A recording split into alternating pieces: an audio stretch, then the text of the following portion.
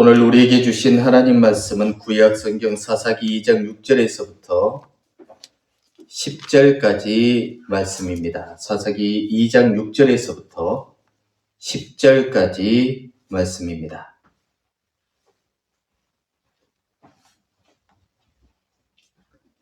같이 한 목소리로 하나님의 말씀을 봉독하시겠습니다.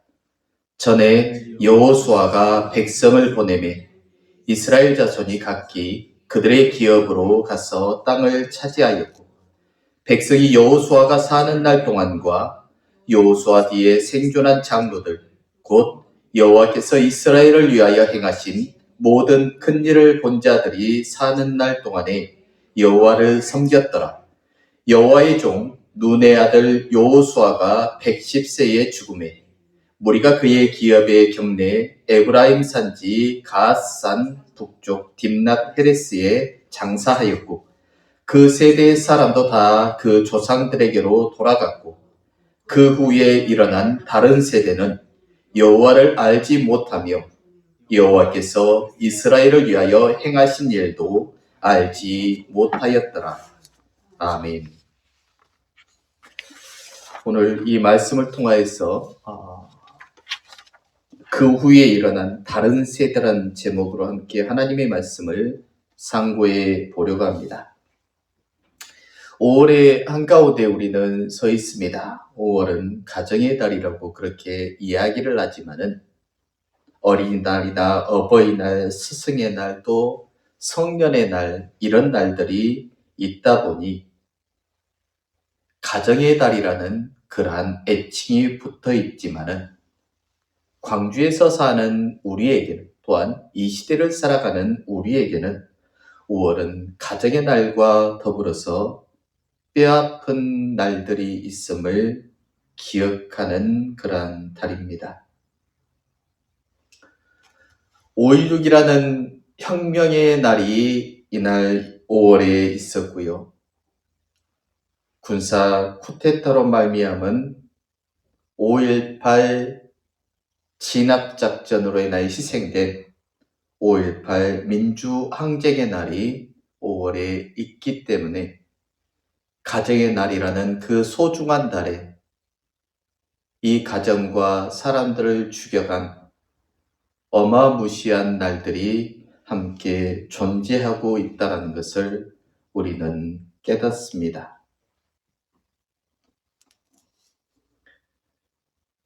수많은 사람들이 가정의 달에 이 5월에 가정을 돌아보고 부모님을 돌아보고 그리고 자식들과 함께 행복을 꿈꾸는 그러한 날들이 되어야 하겠지만은 어떻게 된 게 세상이 좋아지면 좋아질수록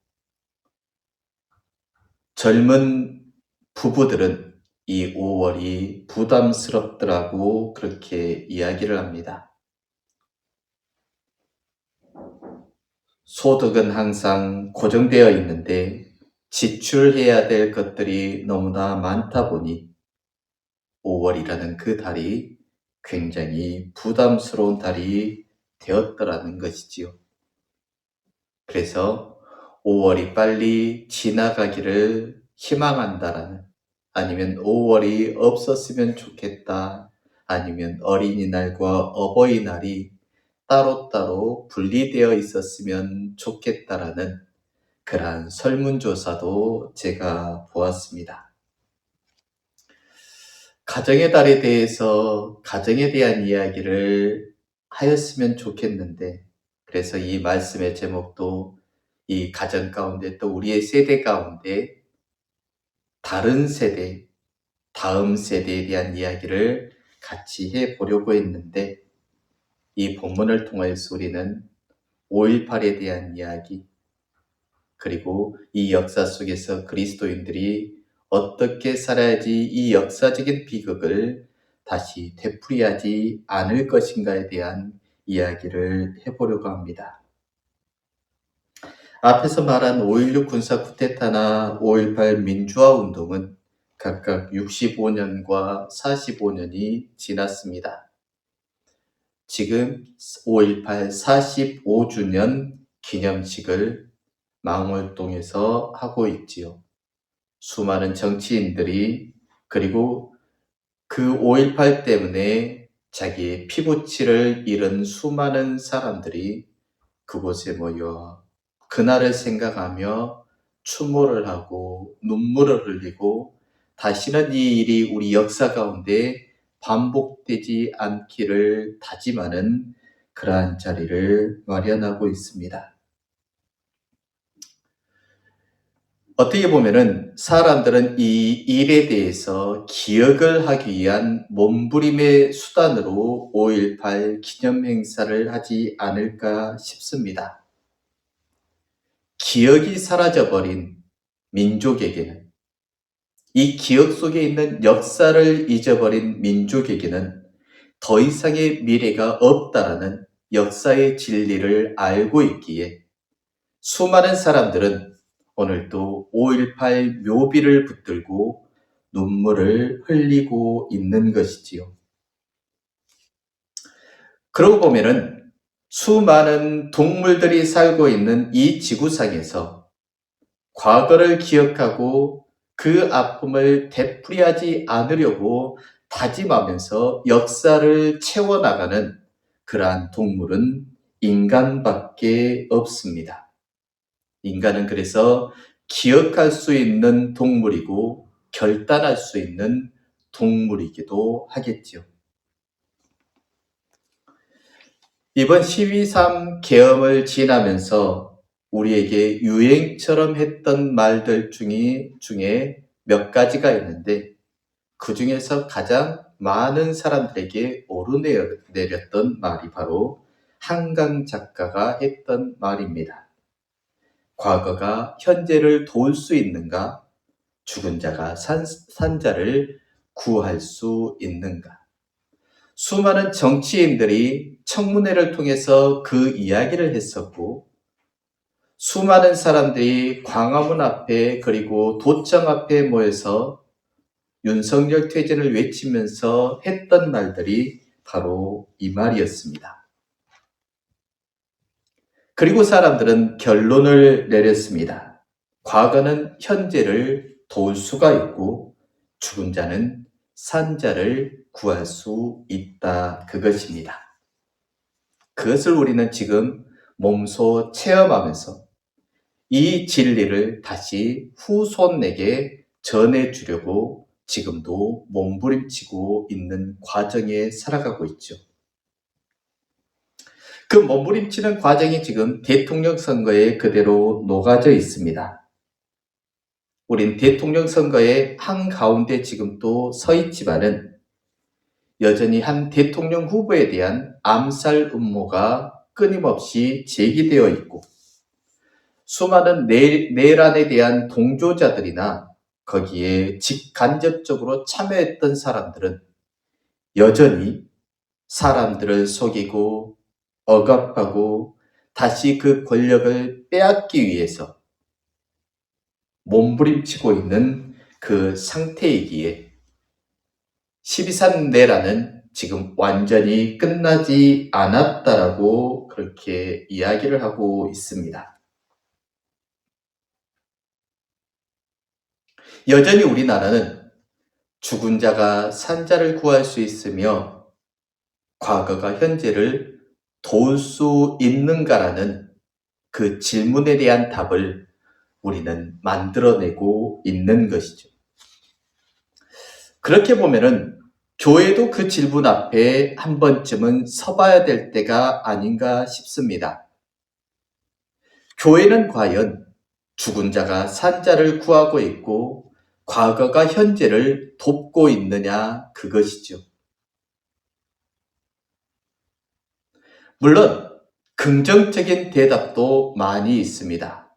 죽은 자가 산자를 구할 수 있을까? 예수 그리스도에 대한 죽음과 부활에 대한 이야기를 그 안에 넣게 되면은 우리는 쉽게 답을 얻을 수 있기 때문입니다. 그렇지만은 우리의 선조들, 믿음을 가지고 살았던 우리의 선조들이 지금 과연 우리를 돕고 있으며 우리를 살리고 있는가에 대한 질문 앞에도 서 있어 봐야 합니다. 그 믿음이, 죽은 선지자들의 믿음이, 죽은 조상들의 믿음이, 믿음을 가지고 일제에 저항하고 공산주의에 저항하고 독재 앞에 저항하며 죽어갔던 수많은 믿음의 선진들이 과연 지금 우리를 돕고 있는가? 그것입니다. 그 질문 앞에 저는 떳떳하게 그렇다라는 말을 하지 못했습니다. 왜냐하면 교회는 그렇게 살고 있지 않기 때문입니다. 과거에 그들이 가졌던 믿음대로 우리는 살아내지 못하고 있습니다. 거기에 대한 의문의 답이 바로 오늘 이 본문에 나오고 있습니다. 수천 년 전에 이스라엘 사람들이 약속의 땅에 들어가서 하나님께서 주셨던 그 땅에서 평화롭고 부유하게 삶을 살아가고 있는데 과연 그들에게도 과거가 현재를 돕고 있으며 죽은 자가 산 자를 구할 수 있는가? 그 질문 앞에 섰을 때 과연 그들은 어떤 결론이 나올까? 긍정적으로 이렇게 나왔으면 좋겠는데 오늘 사사기 2장 10절을 보니 긍정적인 답이 나오지 않습니다. 제가 10절 말씀을 한번 읽어보겠습니다.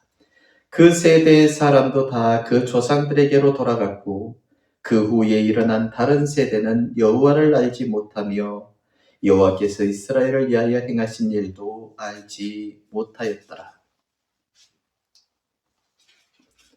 전에도 한번 제가 이 부분에 대해서 말씀을 드렸던 것 같은데 저는 여전히 이 말씀 가운데 충격으로 다가오는 단어가 바로 다른 세대입니다. 우리가 지금 교회에서 많이 신경 쓰고 있는 부분이 어떤 부분이냐면은 다음 세대에 대한 신앙 교육입니다. 여러분도 알다시피 교회는 노령화 되어 가고 있고 젊은이와 아이들이 사라져가는 교회가 되어가고 있습니다. 광주에도 우리 교회처럼 더 큰 교회이지만은 주일학교, 중고등부, 청년부가 없는 교회들이 허다합니다. 그래서 교회는 20여 년 전부터 다음 세대라는 말을 만들어서 신앙의 전수원,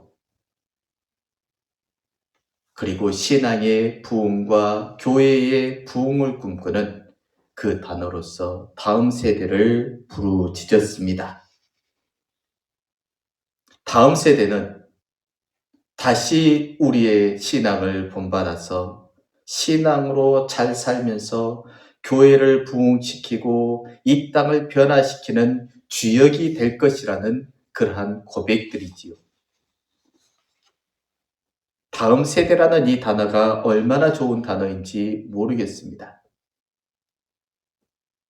그런데 오늘 이 사사기에는 그 아름다운 단어인 다음 세대라는 단어가 등장하지 않습니다. 다음 세대라는 단어가 등장하지 않고 다른 세대라는 단어가 등장하죠. 다음 세대는 영어로 next generation입니다. 우리 다음에 오는 자식들, 손주들, 그 세대들.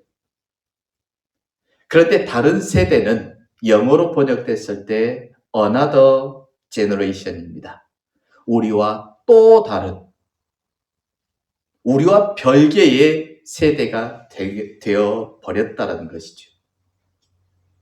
우리나라의 세대 갈등처럼 사사기 시대에 하나님이 주신 축복을 누리고 살던 그 세대에 다음 세대가 일어나는 것이 아니라 다른 세대가 일어나서 그들의 조상의 신앙을 짓밟아 버리고 그들이 세웠던 전통을 무너뜨려 버리고 그들만의 삶을 추구하고 있는 것입니다. 이 다른 세대라는 이 단어 속에 우리 현재 모습이, 교회의 현재 모습이 그대로 녹아져 가고 있는 것입니다. 그러면은 이스라엘은 왜 이렇게 다른 세대가 돼버렸을까? 우리나라에서 교회 안에서 특히 다른 세대가 되어가는 청소년과 아이들을 바라보면서 우리는 이 문제에 대해서 깊이 고민해 봐야 합니다. 왜 사사기 시대는, 그리고 지금 이 시대는 다음 세대가 아닌 다른 세대가 되어가고 있을까요?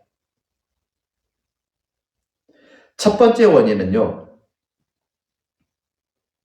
여호와를 경험했던 세대들이 다 죽은 후에 다른 세대가 되어가고 있다는 점입니다. 여호와를 경험한 세대, 이 세대는 어떤 세대냐면요, 오늘 본문에서도 나와 있습니다. 6절에 각기 그들의 기업으로 가서 땅을 차지하였습니다. 각자에게 땅이 주어졌습니다. 하나님의 행하신 일들을 보면서 여호와의 능력 안에서 그들의 모든 것들이 만족하게 되었습니다. 대적들은 사라지고 평화는 그 땅 가운데 생겨나게 되었습니다. 여호와를 경험했던 세대는 그 부요함과 평화 속에서 자리를 잡았던 것이지요. 그러면은 그들의 자손들 또한 그 부유함과 평화를 맛보았을 것입니다. 그런데 신기하게 그들은 다른 세대가 되고 말았다라는 것입니다. 그 이유가 어떤 것이냐? 여호와를 경험했던 세대는 과연 어떻게 삶을 살았길래 그 자식들이 다른 세대가 되어버렸을까, 이것이죠. 그것은 이 풍요함과 땅에 있습니다. 하나님을 경험하는 수단이 부유함과 땅밖에 없습니다. 그들이 찬양하는 것은 땅을 주신 하나님입니다. 부유함을 주신 하나님이고 대적들이 다 사라져버린, 그렇게 만들어주신 하나님입니다. 그런데 그것은 바알도 주는 것이었고 아세라도 주는 것이었거든요. 이 다음 세대들이 아버지 세대의 그 신앙을 보면서 부유함을 하나님이라고 여기고 그 땅을 하나님이라고 여기는 그것을 바라보았던 것입니다. 우리 세대는 어쩔까요? 교회는 부유함을 주는 하나님을 찬양했습니다. 그래서 우리의 전도의 구호가 예수 믿고 복 받는 것이었습니다. 예수 믿으면 부자 된다는 것이었고 예수 믿으면 불치병도 낫는다라는 것이었습니다. 그 하나님이 우리에게 전파되었고 그 하나님을 우리는 믿고 살았습니다. 그리고 그 땅은 다른 세대가 되어가는 세상이 되고 말았던 것입니다. 우리 또한 그걸로 인한 부유함을 경험했거든요. 가난했던 나라가 부자가 되는 경험을 했습니다. 재래식 화장실이 수세식으로 바뀌면서 돼지고기도 제대로 못 먹던 나라에서 날마다 돼지고기를 먹을 수 있는 나라로 변해가면서 우리가 자식들에게 물려준 하나님은 그 부유함을 주는 하나님밖에 없었습니다. 그리고 우리의 다음 세대는 결국 다른 세대가 되고 말았습니다. 하나님만이어도 부유하게 해줄 것들이 많이 있잖아요. 요즘 아이들은 비트코인에 투자만 하면은 부자 됩니다. 하나님 아니어도 AI에 물어보면은 다 대답해 주거든요. 굳이 그 부유함을 하나님한테 구걸할 필요가 없다라고 말합니다. 그렇게 사사기 시대나 지금 세대나 다른 세대가 되어가고 있었다라는 것입니다. 자, 두 번째로 이 이스라엘 사람들이나 사사기 시대의 유대인들이나 지금 우리나 왜 다른 세대를 만들어내게 되었을까?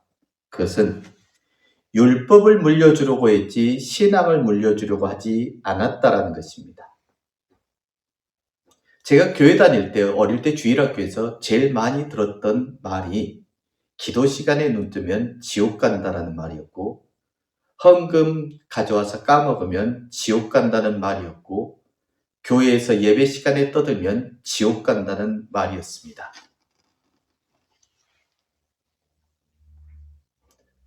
대부분의 아이들은 그때 그 말이 두려웠죠. 지옥에 대한 설교들을 참 많이 하셨거든요.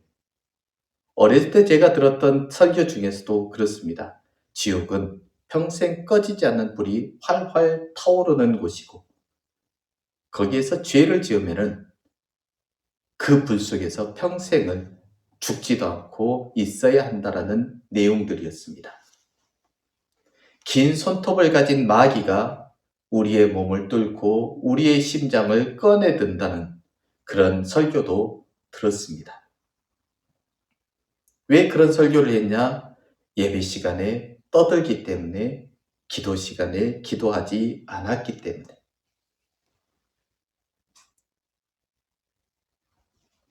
우리는 자식들에게, 다음 세대들에게 율법을 가르치려고 했습니다. 그것을 신앙이라고 말하면서요. 이스라엘 사람들이, 사사시대의 이스라엘 사람들이 그 자손들에게 했던 것이 바로 이 율법을 가르치는 것이었습니다.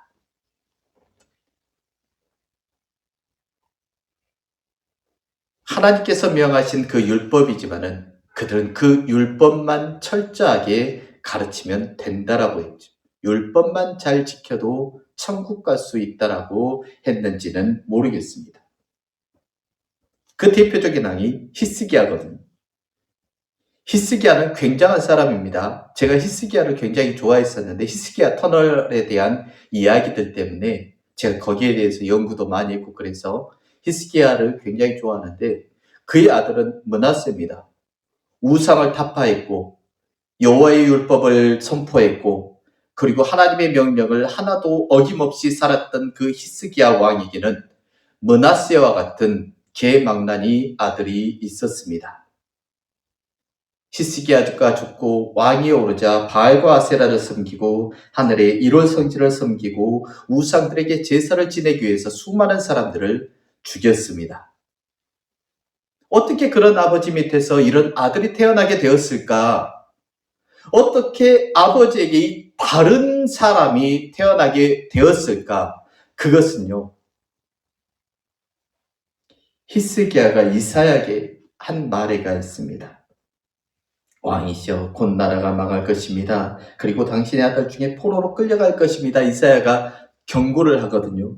근데 히스기야가 이렇게 이야기합니다. 히스기야가 이사야에게 이르되 당신이 전한 바 여호와의 말씀이 선하니이다 하고 또 이르되 만일 내가 사는 날에 태평과 진실이 있을진데 어찌 선하지 아니하리요. 그러니까요. 히스기야는 이사야가 당신이 죽고 나면은 당신의 아들은 포로로 잡혀가게 될 것이다. 여호와 앞에 선하지 못해서 포로로 잡혀가게 될 것이다. 그러니까 히스기야가 뭐라고 하냐면은 자, 말은 이렇게 좋겠지만 이 말입니다. 자, 이 땅을 보십시오. 태평하고 화평하고 부유하고 땅이 있고 그러는데 무슨 소리이십니까? 내가 살고 있는데 이렇게 화평과 평안이 있는데 이것이 진리 아니겠습니까? 이것이 내가 여호와의 사랑을 받고 있는 것 아니겠습니까?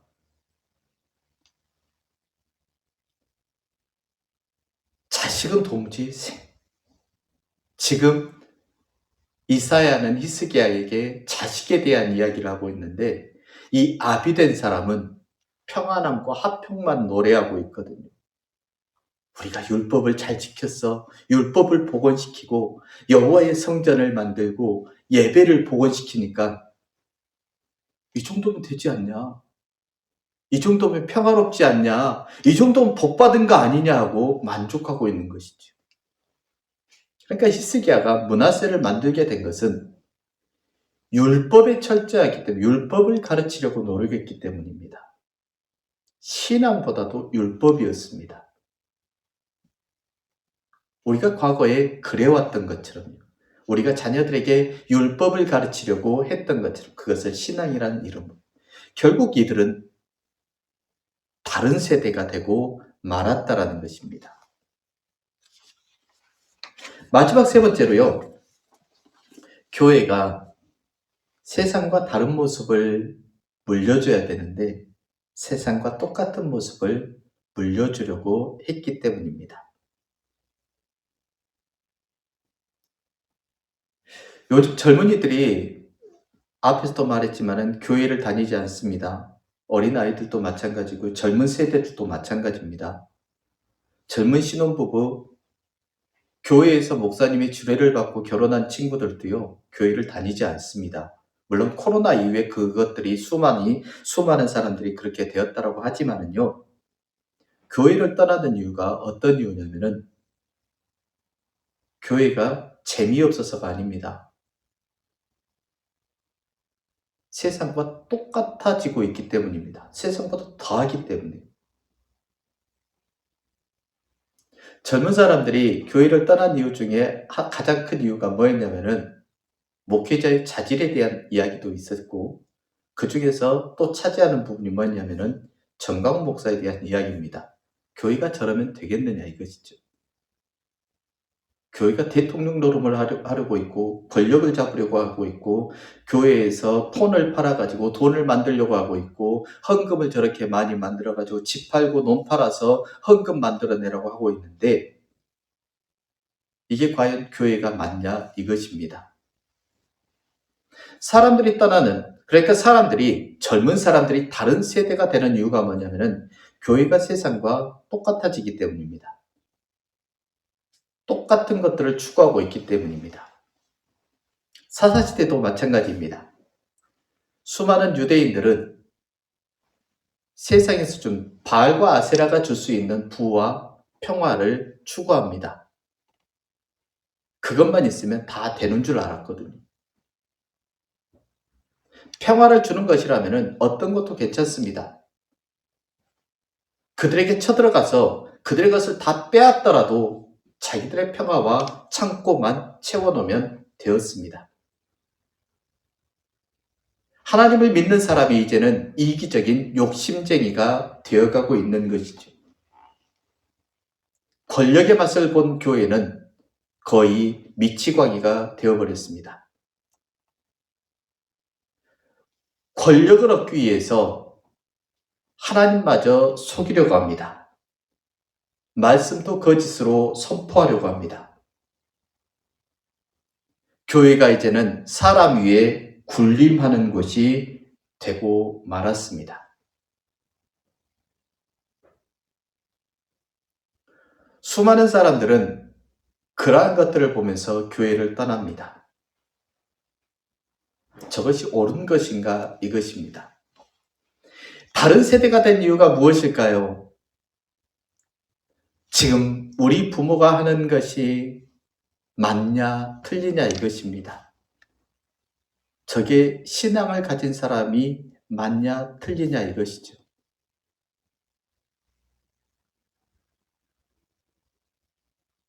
그러다 보니 그들은 스스럼 없이 하나님을 버리고 다른 세대가 되는 것을 택했습니다. 나는 적어도 우리 아버지 어머니처럼 살지 않겠다입니다. 저렇게 위선적이고 가짜 신앙을 가지고 살지는 않겠다. 세상에서 그냥 놀고 먹고 웃으면서 지금에 충실하자 이것이죠. 지금 아이들의 모습이 바로 그것입니다. 돈이 없더라도, 지금 당장 돈이 없더라도 알바 한 달에서 100만 원이라도 손에 쥐면은 그 돈을 쓰면서 만족한 세대가 되고 말았습니다. 더 큰 풍요와 더 깊은 미래는 생각하지 못하는 세대가 된 것이죠. 그 세대를 우리가 만들어냈고 이 사사시대의 유대인들이 만들어냈다라는 사실입니다. 그 결과 역사는 형편없이 무너져 버렸습니다. 하나님의 정의를 알지 못하는 그 세대들 때문에 사사시대는 가는 데마다, 시간이 흐를 때마다 스스로 소견에 옳은 대로 삶을 살 수밖에 없었습니다. 지금 이 시대는 젊은 사람들은 역사를 잊어버리고 무엇이 옳은가를 잊어버린 채 그저 돈을 많이 주면은 그것이 정의가 된 것이고 자기가 쉬면서 놀 수만 있다라면 그것이 좋은 곳이 되고 말았습니다. 그렇게 우리의 후손들은 다음 세대가 아닌 다른 세대가 되고 말았던 것이죠. 신중하고 깊은 이야기지만은 5월 가정의 달, 그리고 우리가 지금 살아가고 있는 이 시대의 아픔들을 보면서 다음 세대가 아닌 다른 세대를 만든 우리의 신앙을 다시 한번 되돌아봐야 합니다. 그리고 우리가 지금 다른 세대를 만들고 있는 신앙을 갖고 있지 않는지 내 자신을 돌아보고 다른 세대를 다시 다음 세대로 만드는데, 그리고 역사 앞에서 떳떳하고 하나님 앞에서 떳떳한 세대를 만들어내는데 최선을 다할 수 있는 저와 여러분이 될 수 있기를 주님의 이름으로 부탁드립니다. 기도하겠습니다. 하나님, 다음 세대를 책임져야 할 우리가 지금 사사기 시대에 다른 세대를 만들어버린 것처럼 우리 또한 그 길을 걷고 있음을 깨닫습니다. 그래서 주님 앞에 엎드려 지혜를 구합니다. 주님, 태평과 평안을 주님이 주신 복의 증거라고 여기며 살아가다 결국 다른 세대를 만들어버린 것처럼 우리도 그런 어리석음을 범하지 않게 하시고 신앙을 물려주기보다 율법을 물려주다가 다른 세대를 만들어내지 않게 하시며 세상과 똑같은 교회라는 말을 들으며 결국 우리의 다음 세대가 다른 세대가 되어버려 서로 싸우고 헐뜯는 그러한 세대 간의 갈등이 생겨나는 그런 나라가 되지 않도록 우리 각자가 각성하여서 책임을 다할 수 있는 그리스도인들 되게 하여 주시기를 우리 주 예수님의 이름으로 기도드렸습니다. 아멘.